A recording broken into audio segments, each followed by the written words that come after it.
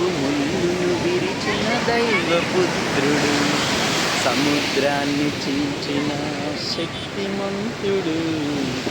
మరణపు ముల్లును విరిచిన దైవపుత్రుడు, నీ ప్రార్థన వినకుండా ఎటుల ఉండగలడు? నీ ప్రార్థన వినకుండా ఎటుల ఉండగలడు? నీకు జవాబివ్వకుండా ఎలా ఉండగలడు?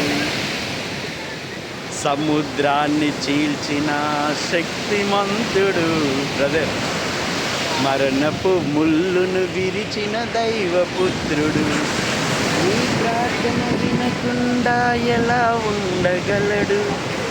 నా ప్రార్థన వినకుండా ఎలా ఉండగలడు? నీకు జవాబివ్వకుండా ఎలా ఉండగలడు? ప్రభువే నా మార్గం, యేసు ప్రభువే ఇల దైవం. ఆకాశము నుండి మన్న పంపిన అక్కడ నుండి ఆకాశము నుండి మన్న పంపిన ప్రభు, బండ నుండి జీవజలమునిచ్చిన విభుడు. నీ ప్రార్థన వినకుండా ఎలా ఉండగలడు? నీకు జవాబివ్వకుండా ఎలా ఉండగలడు? హల్లెలూయా.